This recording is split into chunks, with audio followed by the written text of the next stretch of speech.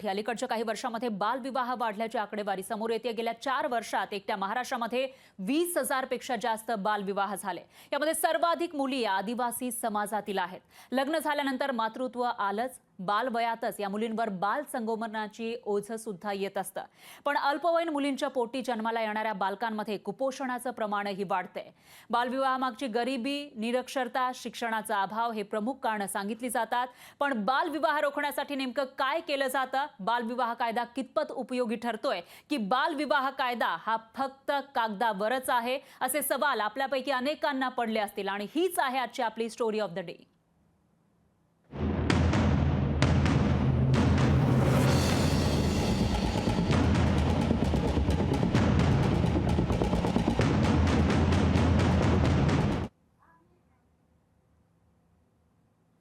गेल्या काही वर्षांमध्ये बालविवाहांचं प्रमाण वाढलेलं आहे। यातील सर्वाधिक मुली आदिवासी समाजातील आहेत, तर बालवयातच या मुलींवर बाल संगोपनाचं सुद्धा ओझं आलेलं आहे। यामुळे बालकांमध्ये कुपोषण वाढलंय आणि यासोबतच त्यांच्यासमोर इतरही समस्यांचा डोंगर उभा राहिलाय।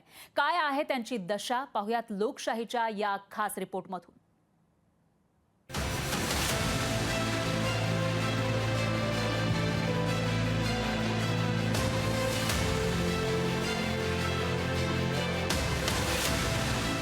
राज्यात अजूनही बालविवाह लावण्याचे उद्योग सुरूच आहेत। अल्पवयीन मुलामुलींच्या संबंधातून 13 ते 16 या वयोगटातील वेगवेगळ्या अल्पवयीन मुली या प्रसूत झाल्याचा धक्कादायक प्रकार नाशिक जिल्ह्यात घडलाय। या 3ही मुलींनी अपत्यांना जन्म दिल्याची नोंद नाशिकच्या जिल्हा रुग्णालयात करण्यात आली आहे। नाशिकच्या ओझर इथली अवघी 13 वर्ष वय असलेल्या एका अल्पवयीन गर्भवती मुलीला प्रसूतीसाठी तिच्या आईनं जिल्हा रुग्णालयात दाखल केलं। तिनं एका मुलीला जन्म दिलाय। अशा आणखी 2 घटना नाशिक जिल्ह्यात घडल्यात। यात 16 आणि 17 वर्ष वयाच्या अल्पवयीन मुलींची प्रसूती झाली आहे आणि त्यामुळेच बालविवाह कायदा फक्त कागदावरच असल्याचं अधोरेखित झालंय। राज्यात बालविवाहाचा कायदा मंजूर होऊन अनेक वर्ष लोटली, मात्र हा कायदा फक्त कागदावरच रंगवला जातोय का असा प्रश्न उपस्थित होतोय। कारण नाशिकमध्ये एक धक्कादायक प्रकार घडलेला आहे। नाशिकच्या जिल्हा रुग्णालयामध्ये 3 अल्पवयीन मुलींनी 3 बालकांना जन्म दिलेला आहे। या तिघींचाही बालविवाह झाल्याचं समोर आलेलं आहे। पुढील तपास पोलीस करताय। शासन बालविवाहाच्या संदर्भात जनजागृती करण्यास कमी पडतोय कारण शासन या बालविवाहाच्या कायद्याला गंभीरतेने कधी घेणार असा प्रश्न या निमित्ताने उपस्थित होतोय। एकीकडे आपण स्त्री सक्षमीकरणाच्या गप्पा मारतो, महिला पुरुषांच्या खांद्याला खांदा लावून काम करतायत असं चित्र शहरात असलं तरी आदिवासी पाड्यावर या विरुद्ध चित्र बघायला मिळतंय। नाशिकच्या इगतपुरी तालुक्यातील कावनईवाडीतील हे दृश्य अगदी खेळण्या बागडण्याच्या आणि शिकण्याच्या वयात या मुलींवर संसाराची जबाबदारी येण्याची भीती आहे। अगदी कोवळ्या वयात हात पिवळे करून त्यांना बोहल्यावर चढवण्याची घाई त्यांचे आई वडील करतायत। शिक्षणाची आवड आहे, मात्र गरिबीमुळे पुढचं शिक्षण करता येत नाही आणि त्यामुळे घरचे लवकर लग्न लावतात। आमची खूप इच्छा असते की आम्ही शिकावं, काहीतरी बनावं। असं आम्हाला खेड्यापाड्यामध्ये राहत असतो, त्याच्यामुळे आम्हाला शिकवत नाही जास्त आणि आमचं लवकर लग्न करून दिलं जातं। खेड्यात राहत असल्यानं पुढील शिक्षणाची वाट बिकट असते। गावात 7वी पर्यंतचं शिक्षण उपलब्ध असतं आणि त्यामुळेच तिथपर्यंत शिकता येतं आणि त्यानंतर लग्न लावून दिलं जातं आणि याची आपबीती काही मुलींनी सांगितली आहे। खेड्यातल्या मुलींना शिकण्याची सुविधा कमी आहे, त्यांना लवकरच कामाला कुठे पण व्यवसायाला लावतात, असं शेती कामासाठी। मग नंतर लग्न करून जाते, आईबापांची जबाबदारी संपून जाते आणि मुलींची जबाबदारी वाढते। आमचं शिक्षण पूर्ण होत नाही, 7वी 8वी पर्यंतच होतं। तिथून 2-3 वर्ष घरात बसला का लगेच लग्न लावून देतात। आदिवासी पाड्यांवर अल्पवयीन मुलींचं लग्न लावून देण्याचं प्रमाण जास्त आहे। कमी वयात या मुली गरोदर राहिल्यानं अनेक मुली मृत्युमुखी पडल्याचंही धक्कादायक वास्तव समोर आलंय। तर ज्यांनी अपत्यांना जन्म दिलाय त्या बालकांमध्ये कुपोषणाचं प्रमाण जास्त आहे। बालविवाह रोखण्यात शासन अपयशी ठरलंय। जिल्ह्यात शेकडो बालविवाह होत आहेत, मात्र कायदा कठोर असताना देखील त्याची अंमलबजावणी होत नाही। प्रशासनानं बालविवाह रोखण्यासाठी जनजागृती करणं आवश्यक असल्याचं मत सामाजिक कार्यकर्ते भगवान मध्ये यांनी व्यक्त केलंय। मी स्वतः मागील वर्षी 8 बालविवाह रोखले, मात्र हे बालविवाह रोखताना शासनाकडनं कुठल्याही प्रकारचा प्रतिसाद मिळत नाही. उलट शासन त्यांनाच पाठीशी घालतं की जे गुन्हे करतात त्यांना. बालविवाहासारख्या अनेक घटना या भागामध्ये, आदिवासी भागामध्ये, आदिवासी तालुक्यांमध्ये घडतात. मुलींनी शाळा जेव्हा सोडली का 7वी 8वी झाली का मग काय करायचं आता घरी ठेवून, मग कामांना लावी त्या आणि थोडे 1-2 वर्ष कामं केले का मुलींनी, मग 1-2 वर्षाने आला एखादी थळका पाहून लग्न करून टाकता. आणि लग्न झाल्यानंतर काय असतं, मुलींना कमी वय असल्यामुळं लगेच त्यांच्या गर्भधार राहिल्यामुळं खूप प्रॉब्लेम होतात त्यांना. आणि अशानं खेड्यापाड्यावर कितीतरी मुली मृत्यू पण पावल्या. लवकर लग्न जर झालेलं असेल तर ती माता अगोदरच कमजोर असते, होणारं बाळसुद्धा कुपोषित होण्याची शक्यता असते. त्यामुळं त्याला वारंवार आजार पण येऊ शकतं, आर्थिक भारसुद्धा त्या कुटुंबावर पडू शकतं आणि त्या बाळाची वाढ पूर्ण क्षमतेने होणं अशक्य होतं. भारत एकीकडे महिला सक्षमीकरणासाठी योजना आखतोय. अनेक महिलांनी विविध क्षेत्रात उत्तुंग भरारी घेतली आहे. मात्र दुसरीकडे आदिवासी पाड्यावर खेळण्याच्या वयात मुली गरोदर राहत आहेत. जिच्या हाती पाळण्याची दोरी ती जगा उद्धारी असं म्हणतात, पण इथली ती ही पाळण्याची दोरी धरायला सक्षमच नाही.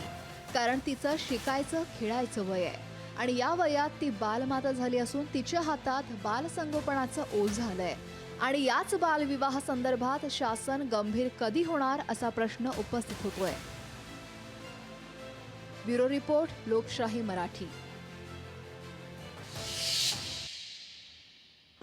तर एकूणच हे बालविवाह नेमके का होतात आणि आदिवासींमध्ये बालविवाह जास्त होण्यामागचं प्रमुख कारण नेमकं कोणतं आहे ते पाहूयात ग्राफिक्सच्या माध्यमातून. आदिवासी समाजातील निरक्षरता, शिक्षणाचा अभाव हे यामागचं कारण असल्याचं बोललं जातं. तर स्त्री शिक्षणाचे महत्त्व न समजल्यानं बालविवाह लावले जातात. ज्या मुली छोट्या असतात, अल्पवयीन असतात, त्यांचे विवाह लावले जातात. आदिवासी समाजामध्ये असलेली गरिबी हे सुद्धा एक प्रमुख कारण मानलं जातं. तर देश समाज कितीही पुढे गेला तरी आदिवासींमधील जुन्या परंपरा घर करून बसलेल्या आहेत. त्यामुळं अल्पवयीन वयात लग्न लावून देण्याची प्रथा रुजू झाल्याची माहिती ही समोर येते. आणि यावरच चर्चा करण्यासाठी सामाजिक कार्यकर्त्या प्रतिभा शिंदे आपल्यासोबत जोडल्या गेलेल्या आहेत. प्रतिभाताई, आपण बघतो की आपल्या आजूबाजूलाच बऱ्याचशा अशा मुली असतात ज्यांचं वय 18 वर्ष पूर्ण झालेलं नसतं, पण त्यांचा विवाह मात्र लावून दिला जातो आणि कोणी काहीच बोलत नाही. तर तुम्ही आता एवढं सामाजिक कार्य करत असता, लोकांमध्ये जात असता, तर तुम्हाला हे चित्र कसं दिसतं किंवा कशामुळे बालविवाह लावले जातात? आदिवासी समाजामध्ये अल्पवयीन मुलींचे लग्न होतात ही वस्तुस्थिती आहे. परंतु याला जेंडर या पद्धतीनं बघणं हे तितकंसं वस्तुस्थितीला धरून होणार नाही. कारण ह्यात मुलं आणि मुली दोघांचेही लग्न होतात. त्यामुळे आपल्याला त्याच्याकडे फक्त मुलगी अशा याच्याने बघता येणार नाही. प्रतिभाताई, याचाच अर्थ अल्पवयीन जी बालकं आहेत, मग तो मुलगा असो किंवा मुलगी असो, त्यांचे विवाह लावण्याचं प्रमाण जास्त आहे असं म्हणता येईल. बरोबर. लग्नाचं वय काय असावं याच्या संदर्भामध्ये वेगवेगळ्या संस्कृतीमध्ये वेगवेगळ्या प्रकारचे नियम परंपरा आहेत. पण मला असं वाटतं की आपण आता याच्या पलीकडे जाऊन आधुनिक जगामध्ये विज्ञान शास्त्र, आरोग्य आणि हे शास्त्र इतकं पुढे गेलेलं आहे की आपण तिचं शारीरिक वय काय असावं या पद्धतीनं पुढे जायला हवं. पण आदिवासी समाजाच्या बद्दल आपण जेव्हा बघतो तेव्हा आपण फक्त आदिवासींमधल्या परंपरा, चालीरीती याच्याकडेच बघून आणि त्या आहेत म्हणून अंधश्रद्धा आहेत असं म्हणता येणार नाही. आपल्या सुद्धा ज्याला आपण मुख्य प्रवाह म्हणतो त्यांच्या सुद्धा 3-4 पिढ्या मागे गेलं, म्हणजे अगदी आपल्या आजीपर्यंत गेलं तर तेव्हाही अल्पवयीन मुलींची लग्न त्यांची व्हायची हे आपण ऐकतो. आदिवासींच्या मध्ये हे झालेलं आहे. याचं कारण त्यांच्या परंपरेपेक्षा सुद्धा जास्त विकास नावाची गोष्ट त्यांच्या गावापर्यंत पोहोचलेली नाहीये. आजही त्यांना 4 महिने शेती केल्यानंतर उरलेले 8 महिने डोक्यावरती गाठोडं घेऊन मजुरीला जावं लागतं. नंदुरबार जिल्ह्यातले 78% लोक स्थलांतरित होतात 8 महिन्यासाठी. आणि मग अशा वेळेमध्ये याच्यामध्ये आपली मुलगी वयात आल्यानंतर तिचं नेमकं काय करायचं, तर ते लग्न करून देण्याच्या या परंपरेला पुन्हा एकदा जोड करून बाबा ती मग तिच्या सासरी राहील असं त्याला होतं. म्हणजे आणि गरिबी कशाने होते, ज्या आदिवासींच्या भागामध्ये जंगल जमीन आहेत, नैसर्गिक संसाधन आहेत, त्याच्यावर आधारित उद्योग नाहीत, त्यांच्या मालाला तिथल्या जंगलातल्या वस्तूंना हमीभाव नाही आणि तिथे त्यांना काम करण्याची, तिथे सामुदायिक वन हक्क असताना सुद्धा कुठलाही रोजगार उपलब्ध होत नाही, ही एक प्रमुख कारण आहे. दुसरं कारण आहे की त्यांना समजत नाही असं नाही आहे, पण त्यांच्या समोर ह्या सगळ्या गोष्टी ज्या लादल्या जात आहेत. आजही जर आपण ह्युमन इंडेक्स काढला, ह्युमन इंडेक्स हा शिक्षण, आरोग्य, रोजगार एकूणच या अंगाने काढला जातो. महाराष्ट्रातले जे 13 गरीब जिल्हे आहेत त्याच्यातले 12 जिल्हे आदिवासी बहुल आहेत. त्यामुळे आपण या प्रश्नाकडे अतिशय गांभीर्याने बघत सरकारने आणि या इथल्या आदिवासींमधल्या नेत्यांनी एकत्र येत हा प्रश्न सोडवला पाहिजे. आणि म्हणून रोजगार ज्या मुली आता आमच्या बरोबर संघटनेमध्ये ज्या मुली 12वी शिकतात आणि त्याच्या पुढे जातात, त्या मुलींना मुलींची लग्न होत नाहीत, त्या ग्रॅज्युएशन पर्यंत जातात, ही पण वस्तुस्थिती आहे. आता बघा, सरकारने एक नवीन गोष्ट काढली. 62,000 शाळा बंद करायच्या, ज्याच्या पटसंख्या 20 आणि 50 आहे, अशा शाळा बंद करायच्या आणि समूह शाळा काढायच्या. याच्यामध्येच तुम्ही जर बघितलं तर पुणे जिल्ह्यामधल्या पानशेतमध्ये अशा समूह शाळा सुरू केल्या. आई वडिलांना, आदिवासी पालकांना समजवलं की तुमच्या मुलांना आम्ही गाडीतनं नेऊ, रोज त्याच्यासाठी बस येईल. आणि पानशेतमध्ये त्या शाळांना गेल्या 4 महिन्यापासून त्या जे मुलं वाहून नेणारं वाहतूक होतं त्याला अजूनपर्यंत बिलं दिले नाहीत. आणि म्हणून त्यांनी आपलं वाहतूक करणारं जी काही होतं टेम्पो ट्रॅक्स वगैरे ती बंद करून टाकली. आता आई वडील त्या मुलीला तिकडे पाठवायला तयार नाहीत, कारण ती खूप दूर आहे शाळा, समूह शाळा, आणि म्हणून त्या सगळ्या मुली घरी आहेत. तर या पद्धतीनं आम्ही कुठेतरी मुंबईमध्ये बसतो, कुठेतरी दिल्लीत बसतो आणि मग आम्ही योजना आखतो आणि त्या योजना कागदावरच राहतात. आणि म्हणून मग ही पुन्हा चक्र पण प्रतिभाताई, त्या ज्या योजना आखल्या जातात किंवा लाखोंचा, करोडोंचा जो निधी दिला जातो असं म्हटलं जातं, तर त्याचा वापर कशा पद्धतीनं करता येईल किंवा त्याचा वापर व्हावा आणि जे काही कायदे आहेत त्याचा वापर व्हावा आणि लोकांमध्ये जनजागृती व्हावी, यासाठी नेमकं काय केलं पाहिजे? आदिवासींच्या आपण बघितलं तर जंगल आणि जमीन हे आदिवासींकडचं असणारं मोठं ॲसेट आहे. ती आजही आदिवासींच्याकडच्या नदी नाले जिवंत असतात, बारमाही वाहतात. याच्यावरती काम करणं, CFR म्हणजे सामुदायिक वन अधिकारांच्या वरती मोठ्या प्रमाणामध्ये झाडं लावणं, त्याच्यामधले फळझाडं हे करणं, याच्या संदर्भातल्या कृषी आधारित आणि जंगल आधारित योजना राबवणं, त्याचं व्यवस्थापन त्या गावच्या लोकांच्या हातात देणं. 2006 मध्ये जो वन अधिकार कायदा झालेला आहे तो अधिक सक्षमपणे राबवला गेला. दुर्दैवानं 12 वर्षामध्ये सुद्धा आम्हाला कायदा राबवा, आम्हाला आमचे अधिकार द्या, याच्यासाठीच आम्हाला मोर्चे काढावे लागतात. आम्हाला व्यवस्थापन करण्याचा अधिकार द्या, त्याच्यावरती व्हॅल्यू ॲडिशन करण्याचा अधिकार द्या, याच्यासाठी लढण्याची तर अजून दूर पाहिली आहे. त्यामुळे ते केलं पाहिजे. 8,000 कोटी रुपयाचं बजेट आहे आदिवासी विकास विभागाचं. त्या माध्यमातून सक्षम आणि चांगल्या शिक्षक तिकडे राहतील अशा पद्धतीच्या शाळा तिकडे सुरू केल्या गेल्या पाहिजेत. आपल्याकडे ज्या इंग्लिश मीडियमच्या शाळांना निधी दिले जातात, त्या मुली 10वी पर्यंत शिकतात आणि त्याच्यानंतर मग त्या काही करू शकत नाही. त्यामुळे अशा पद्धतीनं शिक्षण जे आहे ते मुळामध्ये सक्षम, पुरेसं आणि त्या ग्रॅज्युएशन होईपर्यंतच त्यांना शिक्षण देण्याबद्दलची नीती या सगळ्या याच्यामध्ये आखली गेली पाहिजे. आणि सगळ्यात पहिलं म्हणजे स्थलांतर थांबवण्याचा साठीचा सरकारनं पूर्णपणे नियोजन केलं पाहिजे लोकांच्या बरोबर. मुंबईमध्ये आणि दिल्लीत AC मध्ये बसून पहाडामधल्या योजना न आखता लोकांच्या गरजा काय आहेत आम्ही इकडे सांगतोय. आमच्याकडे पारंपरिक बियाणं आहे.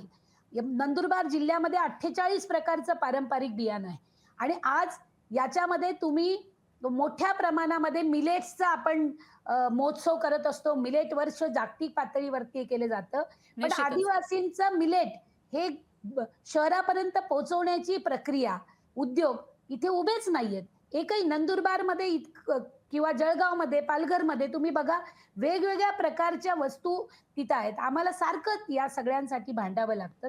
निश्चितच प्रतिभाताई, तुमचा जो मुद्दा आहे तो आपण या ठिकाणी मांडलेला आहे आणि त्याचबरोबर ग्राउंड रियालिटी नेमकी काय आहे ती सुद्धा तुम्ही मांडलेली आहे. त्याबद्दल तुमचे खूप खूप धन्यवाद. आता यानंतर तरी काही पुढाकार घेतला जाईल आणि ज्या काही योजना आखल्या जातात, जो काही निधी आदिवासींसाठी दिला जातो, तो त्या समाजाच्या शेवटच्या घटकापर्यंत कशा पद्धतीने पोहोचेल, यासाठी काय केलं जाणार हा सवाल या ठिकाणी उपस्थित होतो. आणि त्याचबरोबर आदिवासींमध्ये जे बालविवाहाचं प्रमाण वाढलेलं आहे, मग तो मुलगा असो किंवा मुलगी, ते थांबवण्यासाठी त्यांचं आरोग्य चांगल्या पद्धतीने राहावं यासाठी नेमकं काय केलं जाणार हाही सवाल या ठिकाणी उपस्थित होतोय. यासोबतच बुलेटिनमध्ये थांबूयात एका छोट्याशा ब्रेकसाठी.